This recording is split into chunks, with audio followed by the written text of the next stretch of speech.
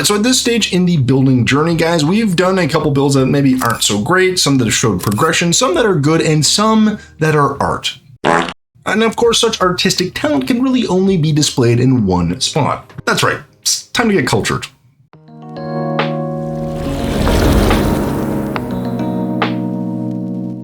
Hey Terraria fans, welcome back to another speed build video. Guys, in this one we're going to be building a very specific museum, or I guess place where people that are cultured, unlike myself, go to see, well, art. And no, it's not just a generic museum. I actually went out of my way to build somewhere I've actually been fortunate enough to go, which is the Louvre.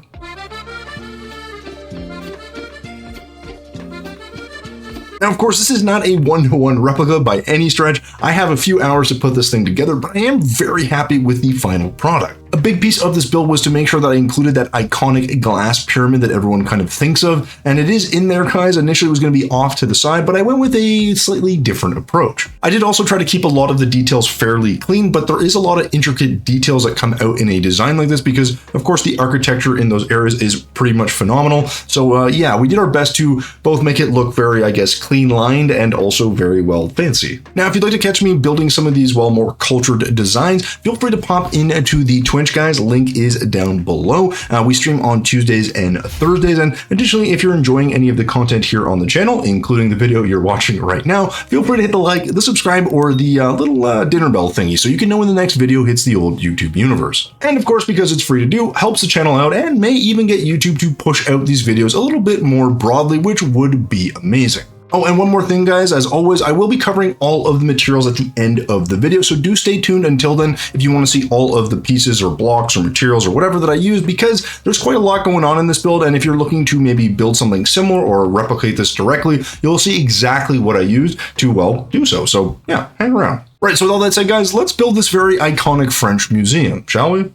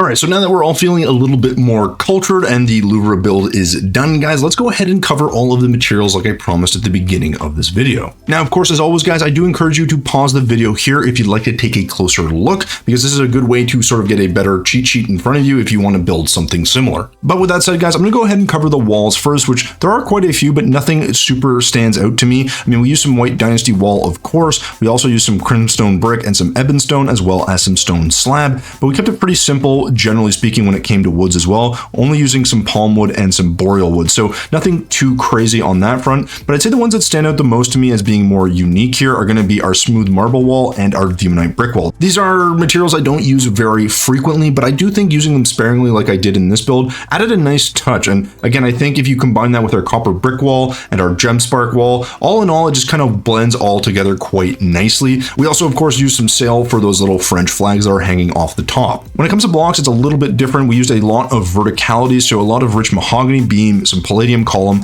and some pillar statues along with some marble column. Now, these are going to be important in a build like this because we want to have that sort of support system going up the build.